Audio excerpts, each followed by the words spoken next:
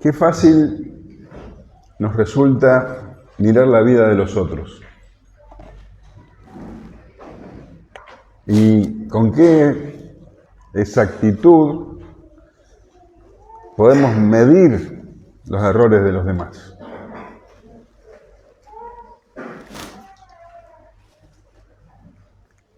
Parece que tuviéramos la habilidad de saber diferenciar cuando las decisiones de los otros, por supuesto, son buenas o son malas.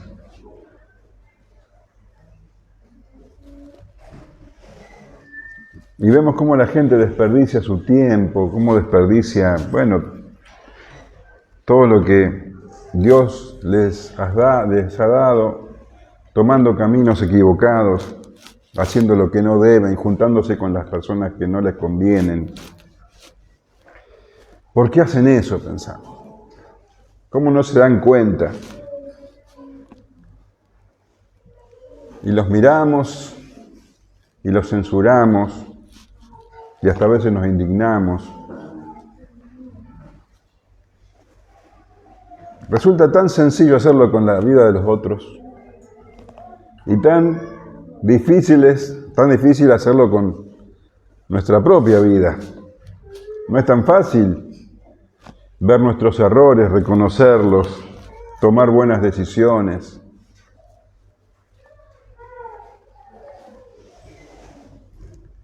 Los fariseos y los escribas eran expertos analizadores de la vida de los otros. Ellos veían a las personas y las clasificaban, pecadores. Todos los que no eran como ellos, los que no vivían como ellos, los que no pensaban como ellos, eran personas de segunda. Y por eso se indignaban tanto con el Señor Jesús. Dice que murmuraban, que lo criticaban, porque Él se juntaba con publicanos y pecadores y comía con ellos. Lo leíamos el domingo pasado, en el capítulo 15, versículo 1, dice así: se acercaban a Jesús todos los publicanos y pecadores para oírle, y los fariseos y los escribas murmuraban diciendo: este a los pecadores recibe, y con ellos come. Para ellos, el hecho de que Jesús se juntara con esa clase de gente era una prueba más de que Jesús no podía provenir de Dios.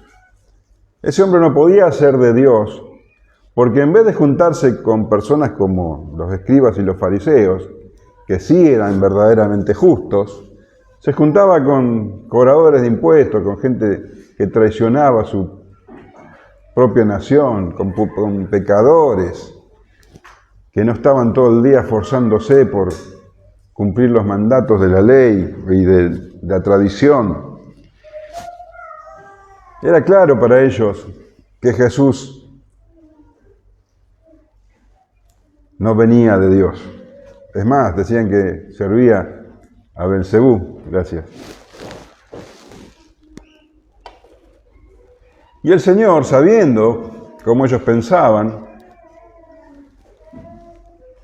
les refiere 3 parábolas. Y en esas parábolas, 2 estuvimos viendo el domingo pasado, la otra vamos a empezar a analizarla hoy, les habla de que Dios precisamente busca pecadores. No busca personas que no necesitan la salvación porque son tan justas según su propio criterio.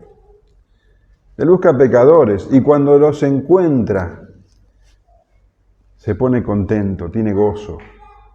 Y vimos el domingo pasado la parábola de la oveja perdida, cómo el pastor pierde una oveja, deja 99 y va a buscarla. Y cuando la encuentra se pone tan feliz que hace una fiesta. Después vimos también la historia de una mujer, otra parábola, que pierde una dracma, tenía 10, y pierde una moneda, y se desespera y la busca por toda la casa hasta que la encuentra, y también se pone tan feliz que llama a sus amigas y a sus vecinas para que se gocen con ella. Vos fíjate que estas historias, estas parábolas que cuenta el Señor Jesús son muy sencillas. Y Él utiliza elementos de la vida cotidiana.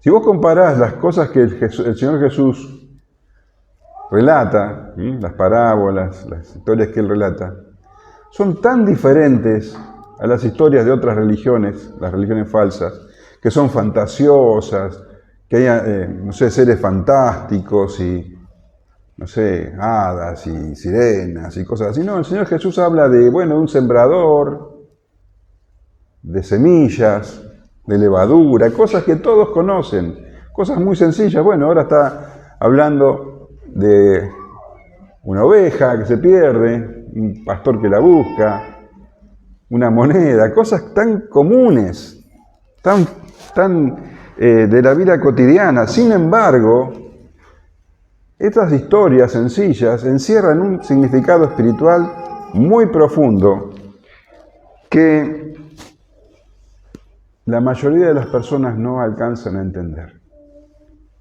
Entienden la superficialidad, entienden la historia, pero no entienden el significado espiritual. Y para aquellas personas que tienen el corazón endurecido, estas parábolas directamente están veladas. Y el Señor Jesús lo hace con toda intención. Él narra estas parábolas con la intención precisamente de que se entienda, pero que muchos no alcancen a entender su significado profundo. Fíjate lo que dice Mateo 13, versículos 10 en adelante. Él había narrado una parábola, la parábola del sembrador. Y dice acá, lo voy a leer de la Nueva Traducción Viviente. Sus discípulos vinieron y le preguntaron, ¿por qué usas parábolas cuando hablas con la gente? A ustedes se les permite entender los secretos del reino del cielo, les contestó, pero a otros no. Presta atención a esto porque es muy importante. El Señor le dice, a ustedes se les permite entender, pero a otros no. A los que escuchan mis enseñanzas se les dará más comprensión y tendrán conocimiento en abundancia. Pero a los que no escuchan se les quitará aún lo poco que entiendan. Por eso uso estas parábolas, pues ellos miran, pero en realidad no ven. Oyen, pero en realidad no escuchan, ni entienden. De esa forma se cumple la profecía de Isaías que dice, cuando ustedes oigan lo que digo, no comprenderán. Cuando vean lo que hago, no entenderán. Pues el corazón de este pueblo está endurecido y sus oídos no pueden oír y han cerrado los ojos. Así que sus ojos no pueden ver y sus oídos no pueden oír y sus corazones no pueden entender y no pueden volver a mí para que yo los sane. Pero benditos son los ojos de ustedes porque ven y sus oídos porque oyen. Les digo la verdad. Muchos profetas y muchas personas justas anhelaron ver lo que ustedes ven, pero no lo vieron, y anhelaron oír lo que ustedes oyen, pero no lo oyeron. Y eso es lo que estaba ocurriendo en este momento. Cuando el Señor Jesús les estaba narrando estas parábolas a los fariseos y a los escribas, ellos entendían la superficie, entendían la historia de un pastor que busca una oveja porque se le perdió. Entendían la historia de una mujer que pierde una dracma y se desespera y la busca hasta encontrarla. Eso sí entendían, pero no entendían el significado profundo. Ese es el tema con las parábolas. Se entiende muy fácilmente la superficie y lo que esas parábolas significan espiritualmente no son para cualquiera. Y yo espero que vos puedas entender lo que el Señor quiere decir con estas parábolas. A veces las tomamos de manera superficial, aunque el Señor quiera hablarnos. Damos por entendido que sí, ya comprendo lo que dice, pero no tenemos en cuenta el contexto, no tenemos en cuenta tampoco la situación en que fue narrada la parábola, el contexto cultural, el momento. Y entonces entendemos algo que no es tal vez lo que el Señor nos quiso decir. Y terminamos tergiversando el mensaje divino. Al igual que la parábola de la oveja perdida y la de la moneda perdida, la parábola que vamos a ver ahora habla de la búsqueda de lo que se ha perdido y del gozo de Dios al encontrarlo. Pero esas dos parábolas que vimos el domingo pasado hablan directamente de la búsqueda de Dios al pecador. La que vamos a ver hoy, si bien Dios es el que busca, el punto, el centro está en el hombre, en el pecador que se aleja de Dios, que lo rechaza, hasta que se arrepiente y se vuelve a Dios. Y es una historia conmovedora. Probablemente sea la más conocida de todas las parábolas por el común de la gente.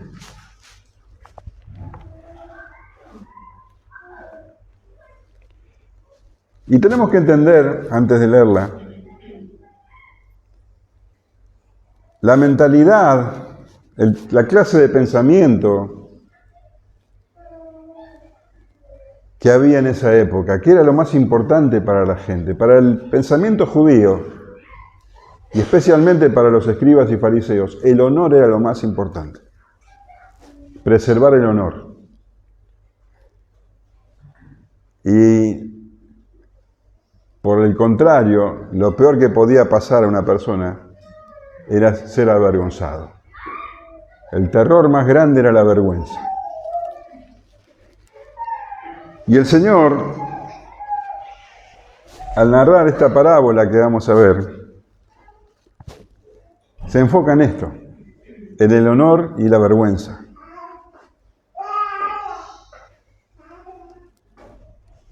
Hay un muchacho, son dos hermanos, el menor tiene una conducta completamente vergonzosa y avergüenza a la familia.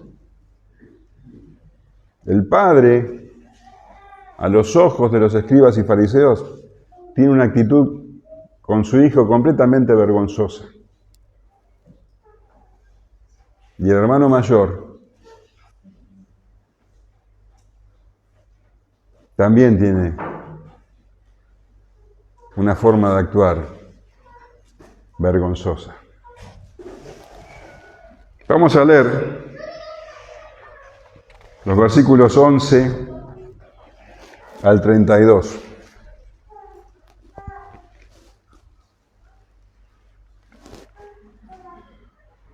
También dijo, un hombre tenía 2 hijos,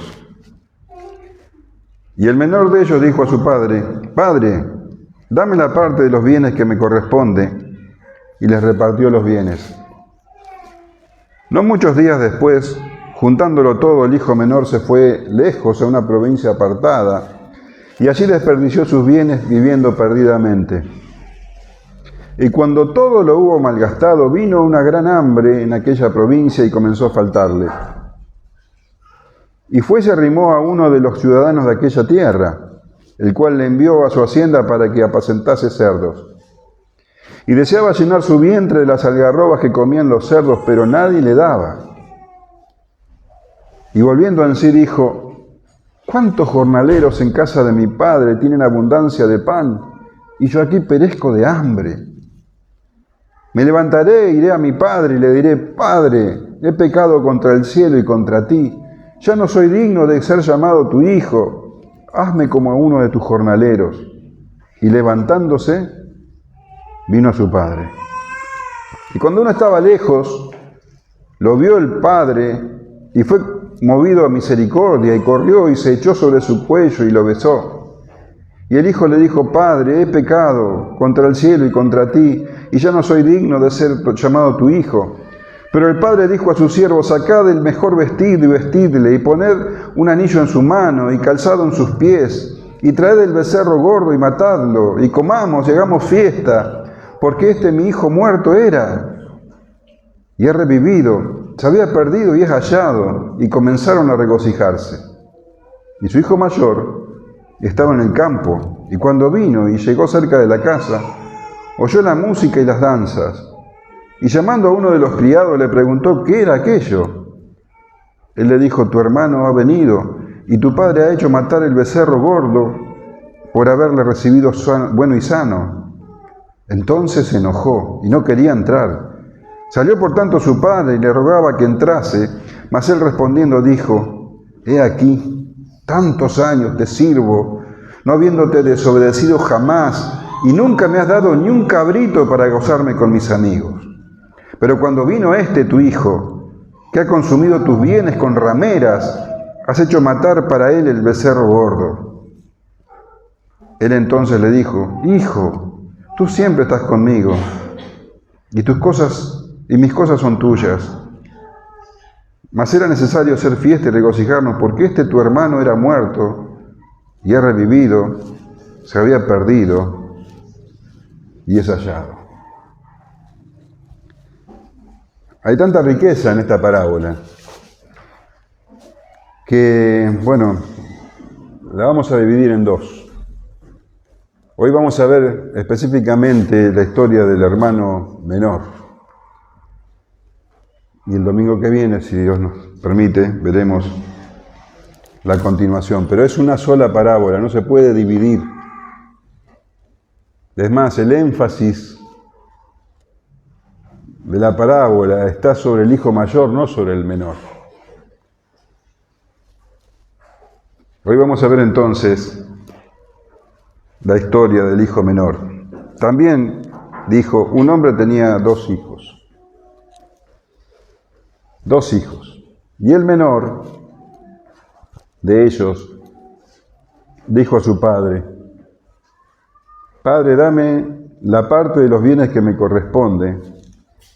Y le repartió los bienes. ¿Vos sabés que esta parte de la parábola, bueno, toda, se la conoce como la parábola del hijo pródigo? ¿Quién no la conoce? Pero es una parábola que se refiere a dos hijos, no a uno. La parábola del hijo pródigo. ¿Qué quiere decir pródigo?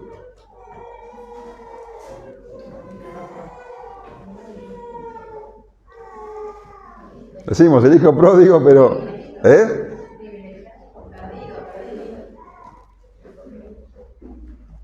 ¿Sabes qué quiere decir pródigo? Derrochón, despilfarrador, consumista.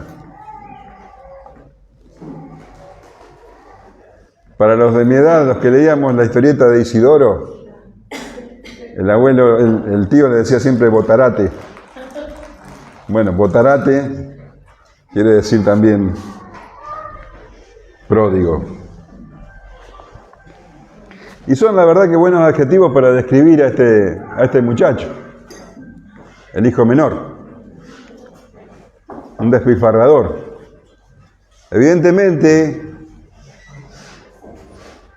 este muchacho estaba cansado de la vida que llevaba en su casa y quería volar, quería ser libre, quería vivir su vida,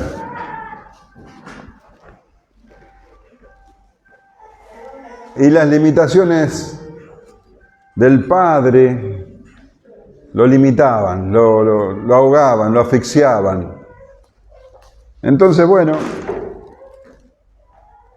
quería hacer su vida, pero no quería empezar de abajo, de cero. Él estaba acostumbrado a cierto nivel de vida, entonces quería hacer su propia historia, pero teniendo las mismas comodidades. Así que, como necesitaba dinero, hizo algo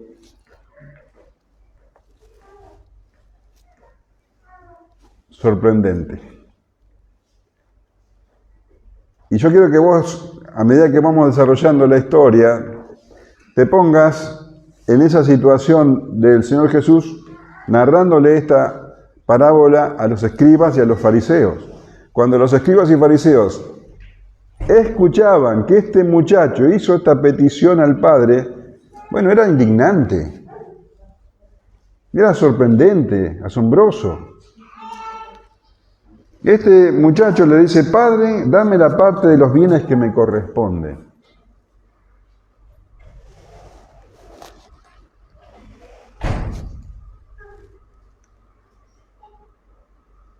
La herencia se daba, bueno, vos sabés, cuando el padre muere. Él era el hijo menor, le correspondía 1/3 de la herencia. Al hijo mayor le correspondía 2/3 de la herencia, el doble. Había casos donde el padre en vida, por una cuestión propia, por una decisión propia, quería dar a sus hijos, adelantar la herencia o dar regalos. Esa es la cuestión del padre. Pero que un hijo le pidiera al padre que le diera los bienes, dice, que le correspondía, era una falta de respeto atroz. Era como decirle: papá, yo quiero que te mueras. Ese era el nivel. Era un acto completamente desvergonzado, indignante. Era una cosa inaudita. Un hijo que se atreviera a hacer eso.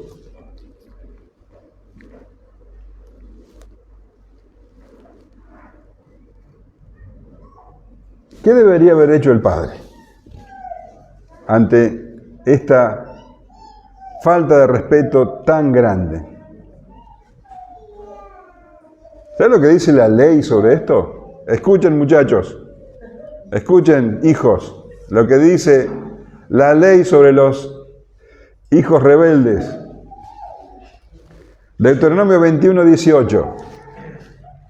Si alguno tuviera un hijo contumaz y rebelde, que no obedeciera a la voz de su padre, ni a la voz de su madre, y habiéndole castigado no le obedeciere, entonces lo tomarán su padre y su madre, y lo sacarán ante los ancianos de su ciudad, y a la puerta del lugar donde viva, y dirán a los ancianos de la ciudad: nuestro hijo es contumaz y rebelde, no obedece nuestra voz, es glotón y borracho. Entonces todos los hombres de su ciudad lo apedrearán y morirá. Así quitarás el mal de en medio de ti, y todo Israel oirá y temerá. Bueno, esto es lo que merece un hijo contumaz y rebelde. ¿Qué te parece? Pero, seamos sinceros, ningún padre va a poner en esa situación a un hijo. Ni siquiera un fariseo haría eso con su hijo. Pero lo que sí se esperaba es que, sin llegar a matarlo,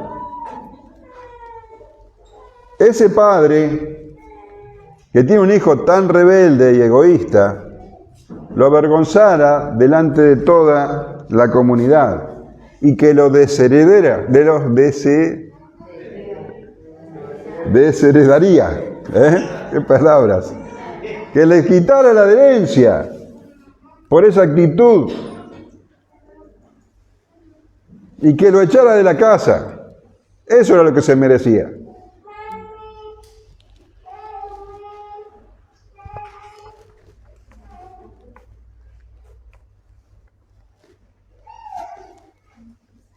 Y debemos notar algo, que en esta parábola hay tres personajes. Está el hijo menor que le hace este pedido al padre, esta falta de respeto total, pero no vemos cuál es la actitud del hijo mayor. El hijo mayor no participa, no trata de convencer a su hermano que si lo amara haría eso, trata de convencerlo de que no haga eso, ni trata de defender el honor del padre. Es como que él se mantuvo al margen, no vemos que él actúe. Ahora bien, este hijo menor hace este pedido al padre, y el padre, en lugar de abofetearlo y desheredarlo y avergonzarlo, como se merecía, accedió a su pedido. Y dice, y les repartió los bienes. Les repartió los bienes, tanto al menor como al mayor. Imaginemos los ojos abiertos de los escribas y fariseos, sorprendidos por la actitud de este padre. ¿Cómo este hombre no defiende su honor? ¿Cómo este hombre se deja avergonzar de esa manera? ¿Te acordás lo que te dije de las parábolas? Que se entiende la superficie pero no se entiende la profundidad. El Señor Jesús estaba narrando esta parábola sobre un padre y sus hijos, pero lo que Él estaba queriendo o acentuando, enfatizando, la verdad espiritual acá, es que ese padre, representando a Dios, en su paciencia, deja que los pecadores sigan su camino. ¿Se entiende? ¿O no? ¿O no? ¿Sí? Entonces, este hombre accede y deja que su hijo haga como quiere. No muchos días después, juntándolo todo el hijo menor, se fue lejos a una provincia apartada y allí desperdició sus bienes viviendo perdidamente. Ahora la herencia era el trabajo y el esfuerzo de todas las generaciones anteriores, no era solamente del padre. Y lo que se espera de los que reciben la herencia es que continúen esforzándose por el bien de la familia. Esto de que este hombre, este muchacho, hiciera algo tan egoísta, individualista, era verdaderamente raro y muy indignante. Y lo que hizo este muchacho es vender las propiedades. Las propiedades de la familia que le tocaban a él, las vendió. Y seguramente las vendió a un precio mucho menor, para juntar el dinero y poder irse lejos, dice. Se fue lejos a una provincia apartada. ¿No te llama la atención esto? Porque podría haberse quedado ahí, le hubiera recibido el dinero, pero no, se fue lejos. ¿Por qué no se quedó ahí viviendo una vida de pecado delante de su padre, delante de su hermano, delante de su vecino? Porque no quería que nadie lo viera. Eso es lo que pasaba. Él sabía que la vida que iba a llevar adelante era mala, vergonzante, y no quería la censura. Eso es lo que hacen los pecadores. Los pecadores buscan la oscuridad, las tinieblas. El Señor Jesús dice que aman las tinieblas y aborrecen la luz. Juan 3:19 dice, y esta es la condenación, que la luz vino al mundo, y los hombres amaron más las tinieblas que la luz, porque sus obras eran malas. Porque todo aquel que hace lo malo, aborrece la luz y no viene a la luz, para que sus obras no sean reprendidas. Mas el que practica la verdad viene a la luz, para que sea manifiesto que sus obras son hechas en Dios. Los pecadores, cuando nadie los ve, son más pecadores, ¿o no? Viste que los pibes se van a Bariloche y ahí hacen la vida loca, porque nadie los ve, nadie los controla. ¿Qué hubiera sido de vos si nadie te veía? Bueno, eso es lo que buscaba este hombre, este muchacho. Que no haya nadie que lo censure.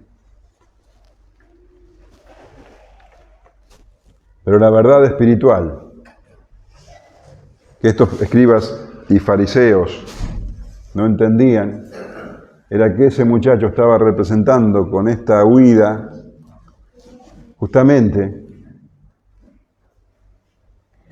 que los hombres, las personas, huyen de Dios y no quieren ni saber de qué los observa y que están bajo su juicio. Y dice que se fue a una provincia apartada y allí empezó su caída en picada. Se fue lejos a una provincia apartada, dice, y allí desperdició sus bienes viviendo perdidamente. Una vez que llegó a ese lugar lejano, vivió perdidamente. Tenía grandes amigos, amantes, diversión, todo lo que quería, pero eso le duró muy poco. Porque cuando el dinero se acabó, se acabaron los amigos, se acabaron las amantes, se acabó la diversión.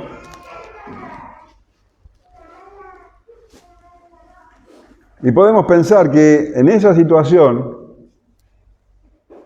donde se quedó sin nada y donde todos lo abandonaron, podría haber pensado, la verdad que estaba mucho mejor en casa. La verdad que podría volver ahora a casa, humillarme, a ver si me recibe mi padre, pero todavía no estaba listo. Así que a la crisis personal se le agregó otra crisis, una crisis general, una crisis nacional. Y como no estaba preparado, dice, y cuando todo lo hubo malgastado, vino una gran hambre en aquella provincia y comenzó a faltarle. Él ya estaba sin nada, sin amigos, solo en esa provincia, y llegó una gran hambruna, algo que ocurría cada tanto en Israel. Leemos en el Antiguo Testamento de muchas hambrunas. ¿Te acordás? En la época de Abraham hubo hambruna, en la época de José en Egipto hubo hambruna, Ruth, en Nehemías, me acuerdo. Y bueno, después también en el libro de los Hechos. La hambruna era algo que periódicamente ocurría.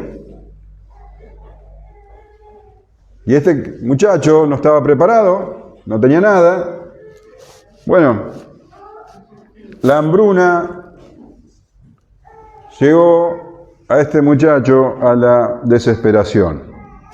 Había abandonado su familia, los amigos lo habían abandonado a él, estaba en un país extranjero, no conocía a nadie, una situación desesperante. No había nadie a quien pedir ayuda.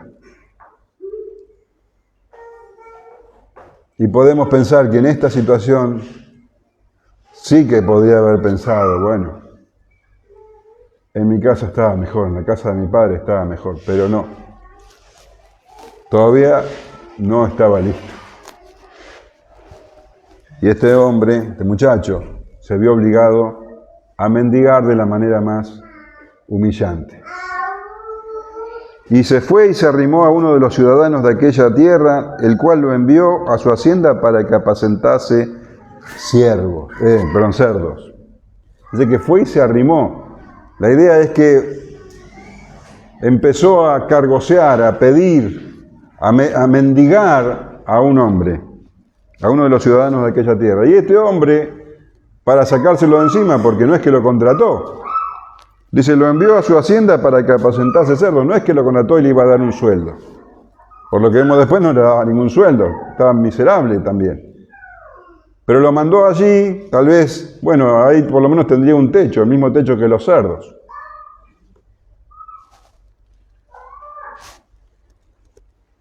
Un judío apacentando cerdos. No había mayor humillación que esa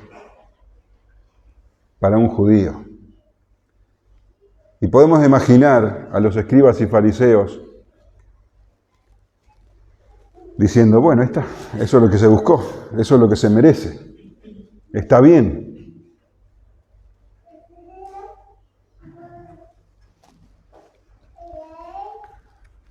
Había un dicho popular, inclusive, en esos tiempos, que decía que la maldición caiga sobre el hombre que cuida cerdos. Esa persona era lo último, era la caída más baja, un judío cuidando cerdos.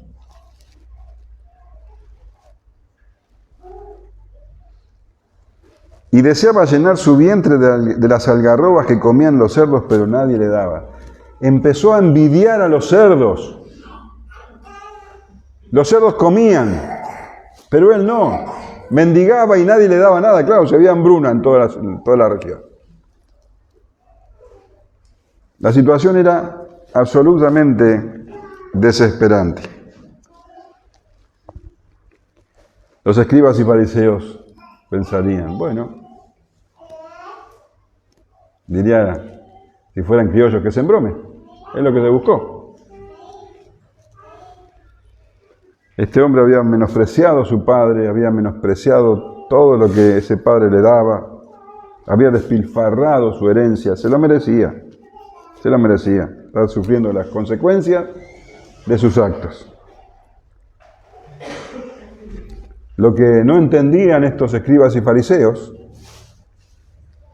es que el Señor estaba describiendo la realidad espiritual de todos los pecadores.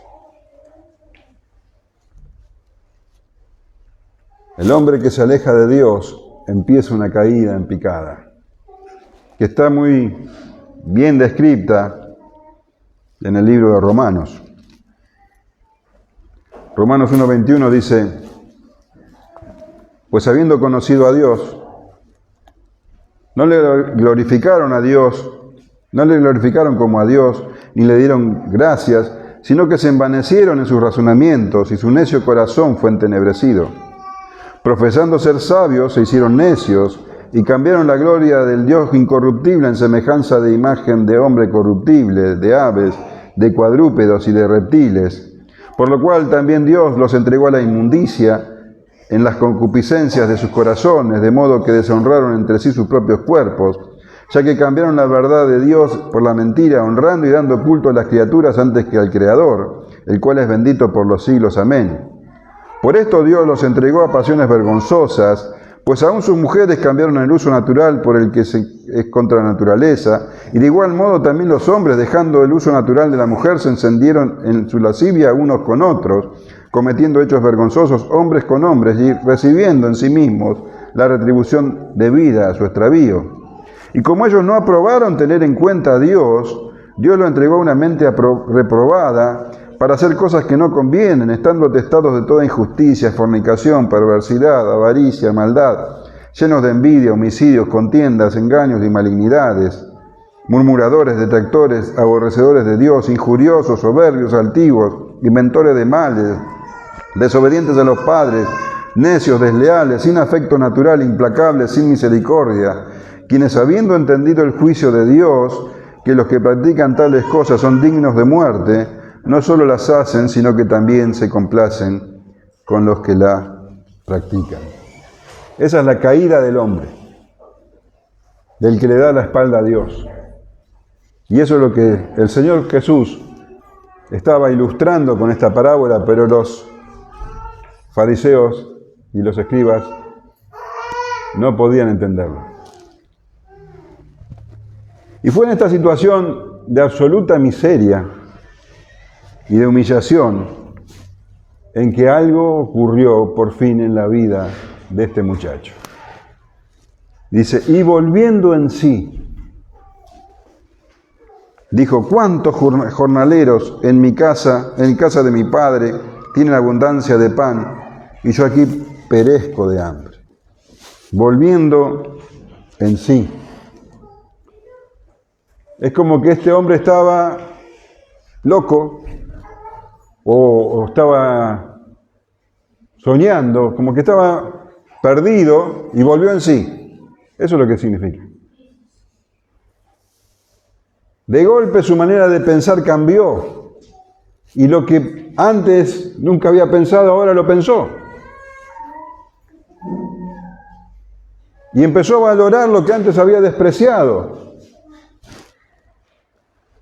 ¿Cuántos jornaleros en casa de mi padre tienen abundancia de pan? Y yo aquí perezco de hambre. Se acordó de la bondad de su padre, de su generosidad. Porque los jornaleros, o sea, las personas que trabajan por día, tenían abundancia de pan. Este padre era por demás generoso, porque la ley obligaba o mandaba que a los trabajadores se le pague lo justo y en el momento exacto. Levítico 19:13 dice, no oprimirás a tu prójimo ni le robarás, no retendrás el salario del jornalero en tu casa hasta la mañana. O sea, tenías que pagarle al final del día y lo justo. Pero este hombre le pagaba con abundancia, tenían abundancia de pan. El padre era muy generoso. Y los jornaleros estaban comiendo en abundancia y él estaba envidiando a los cerdos. Y este pensamiento lo alentó. Y dijo, me levantaré e iré a mi padre. Realmente algo había pasado en su mente, en su manera de pensar. Me levantaré e iré a mi padre y le diré, Padre, he pecado contra el cielo y contra ti. Ya no soy digno de ser llamado tu hijo. Hazme como a uno de tus jornaleros. ¿Te das cuenta que ahora está pensando de una manera totalmente diferente a como pensaba antes? Antes se quería ir de la casa del padre y ahora quiere todo lo contrario, quiere volver a la casa del padre. Y ya no, ni siquiera como hijo, él sabía que ni se lo merecía, pero por lo menos como un jornalero. Y dijo, bueno, me levantaré e iré a mi padre. Y los escribas y fariseos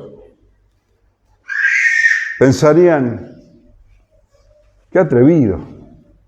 ¿Cómo se va a animar a hacer una cosa así, después de lo que hizo? Qué osadía tan grande. Ya había perdido la oportunidad. Ya está, no podría volver. Si de alguna manera podría volver es, bueno, trayendo todo lo que se había llevado y restituyendo al padre. De esa manera tal vez el padre podría recibirlo. Pero en esa circunstancia que estaba, imposible.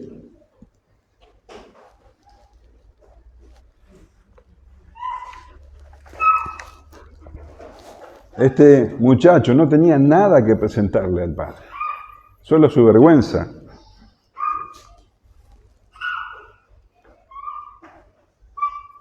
Y él lo sabía. Si él regresaba a la casa del padre y el padre no lo recibía, hubiera sido justo. Él menospreció, él le dio la espalda, lo humilló, lo avergonzó. Hubiera sido justo que el padre no lo recibiera.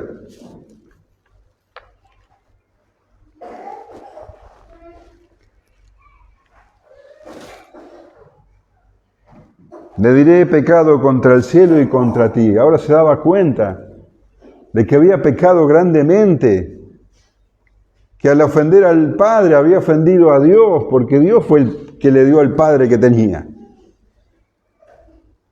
Y había pecado contra el Padre y contra el cielo, y no soy digno de ser llamado tu hijo. Hazme como uno de tus jornaleros. Y lo que los escribas y fariseos no entendían era que lo que el Señor estaba representando con esta actitud era el arrepentimiento del pecador. Su manera de pensar cambió rotundamente. Se daba cuenta que no merecía nada, que merecía el desprecio del Padre, como el pecador merece el desprecio de Dios. El pecador sabe que no es digno de ser llamado hijo de Dios, que no tiene nada que presentarle, salvo su pecado, y que si Dios lo recibe es por su gran misericordia, no por los méritos que pueda tener, es porque Dios es perdonador.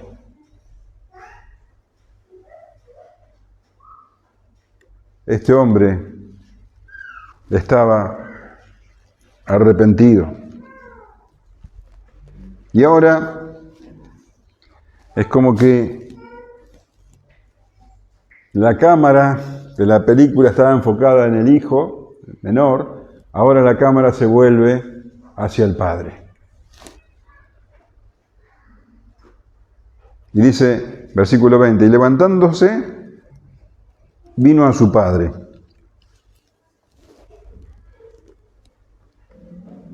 Podemos pensar que venía temeroso, que venía lleno de dudas, que esperaba que tal vez el padre lo pudiera poner como un jornalero, como un don de gracia. Pero nunca se imaginaba el recibimiento que iba a tener.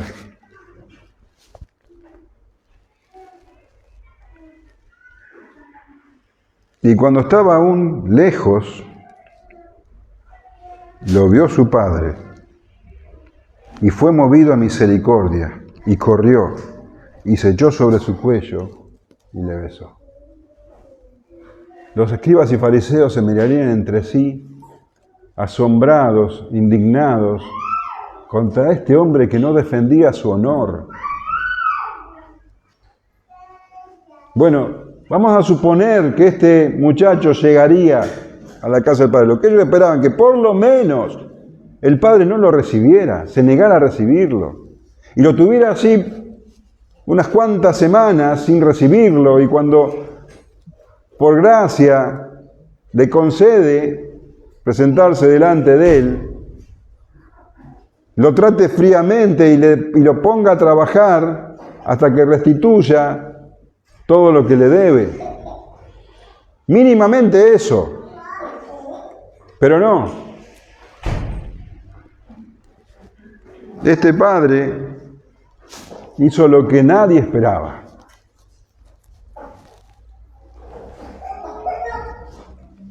Porque evidentemente, desde el momento en que su hijo se fue, este padre comenzó a esperarlo. Y podemos imaginar que cada día miraba a la lejanía porque, dice, y cuando estaba aún lejos, lo vio su padre lo estaba esperando y mirando siempre, esperando su regreso.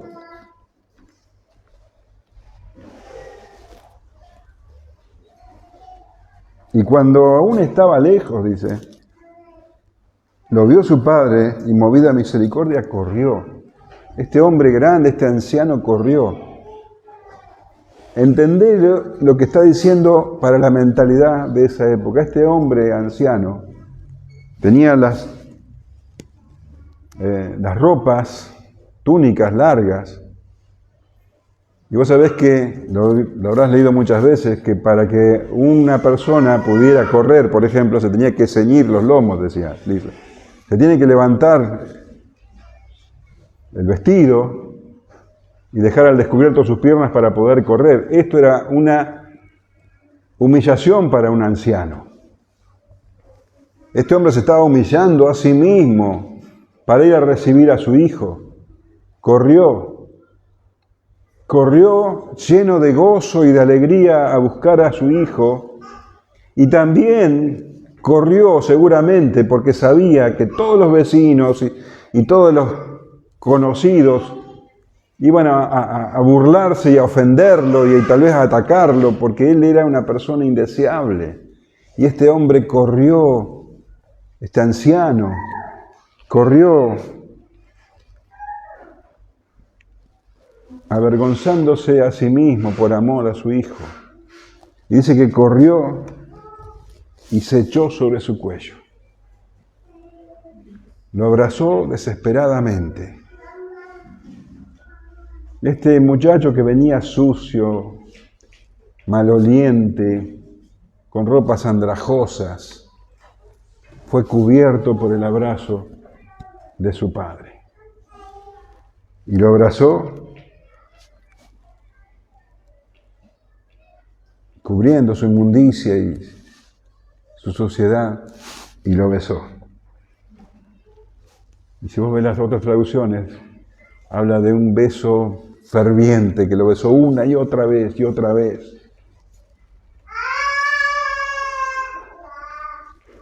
Y el hijo le dijo: Padre, he pecado contra el cielo y contra ti. Y yo no soy digno de ser llamado tu hijo. El hijo había pensado estas palabras y las habría ido repitiendo en su mente. Y ahora el padre lo estaba abrazando y me imagino que estarían llorando y que el hijo estaría descargando toda su angustia y vergüenza. Y comenzó a hablar. Comenzó a decirle: Padre, he pecado. Y el padre no dejó que terminara. Él iba a decir: hazme como uno de tus trabajadores. No pudo. No era cuestión de hacer nada. Ya estaba perdonado. Ya había sido recibido. No había cómo ganarse ese perdón. El padre lo estaba esperando y lo abrazó y lo besó. Todo había sido borrado. Y mientras él hablaba, el padre lo interrumpió y habló él. Pero el padre dijo a sus siervos: sacad el mejor vestido y vestidle, y poned un anillo en su mano y calzado en sus pies. Iba a cubrir toda esa vergüenza. Y le iba a dar el mejor vestido, el vestido que le correspondía a él, el vestido que estaba separado para las grandes ocasiones. En realidad, la gran ocasión, el evento más importante de una familia es el casamiento del hijo mayor, la boda del hijo mayor. Ese vestido era el que tenía él, el mejor vestido, preparado para ese día. Y poned un anillo en su mano. El anillo era el anillo de la familia, el anillo que usaba él, que también era el sello con que certificaban los documentos, el anillo del hijo, y calzado en sus pies. Los siervos andaban descalzos, los hijos tenían calzado. Este hijo fue recibido a la comunión total con su padre.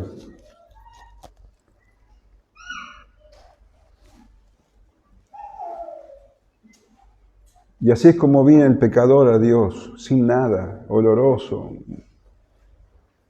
miserable.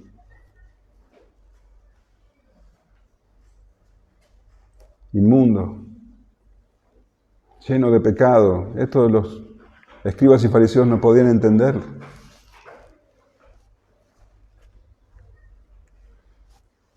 No hay nada que el pecador pueda hacer. No hay nada que pueda ofrecer, no tiene nada que presentarle.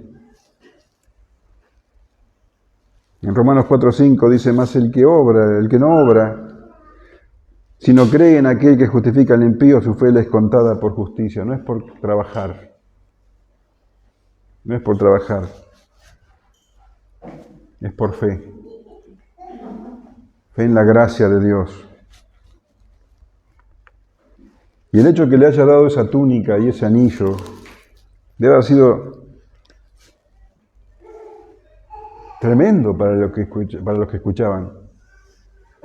Porque la verdad es que esa túnica, si alguien la tendría que haber recibido, era el hijo primogénito, el hijo mayor. Y ese anillo le correspondía al hijo mayor.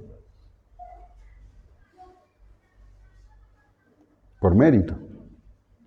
Pero viene este hombre que había dilapidado todos los bienes. Y el Padre le da los mayores honores.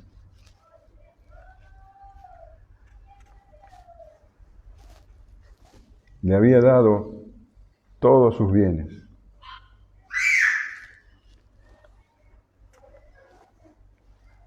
Pero no terminó allí la alegría del Padre. Dice, y traed el becerro gordo y matadlo y comamos y hagamos fiesta, porque mi hijo muerto era y ha revivido, se había perdido y es hallado, y comenzaron a regocijarse. Tenían un becerro gordo. Ese becerro gordo era el que preparaban para el evento más importante. A no ser que hubiera venido de visita la persona más importante de Israel, un personaje muy digno, ese becerro estaba destinado a la boda del primogénito. Para eso, para un evento de esa magnitud, se engordaba ese cerdo, de ese becerro. Pero ¿qué era más importante que un hijo que estaba muerto haya revivido? Un hijo que se había perdido haya sido hallado.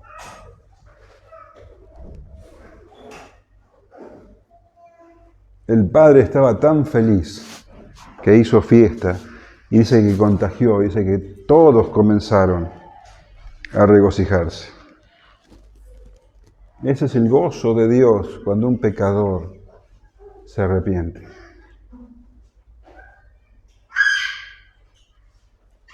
Podían entender el gozo de un pastor que encuentra la oveja, o el de una mujer que encuentra una dracma que se le había perdido. ¿Cuánto más gozo podía tener un padre al recibir a su hijo que estaba muerto?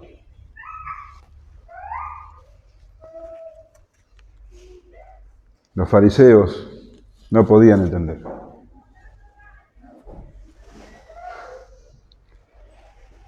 No podían entender que este padre merezca a quien no se merece. Alguien que lo había humillado. Para ellos no era justo.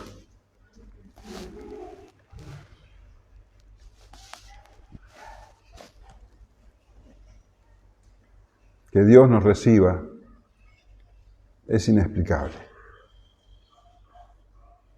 Que Dios no nos dé lo que merecemos es inexplicable.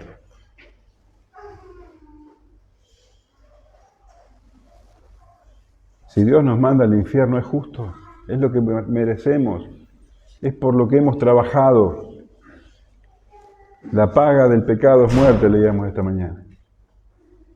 Es el salario por tanto esfuerzo por pecar. Es lo que merecemos. Y si aún hoy morimos y nos despertamos en el infierno, no podemos negar, no podemos quejarnos. No podemos levantarnos delante de Dios y decirle, ¿qué hiciste? No merecemos nada. Es solo la gracia del Padre que nos recibe.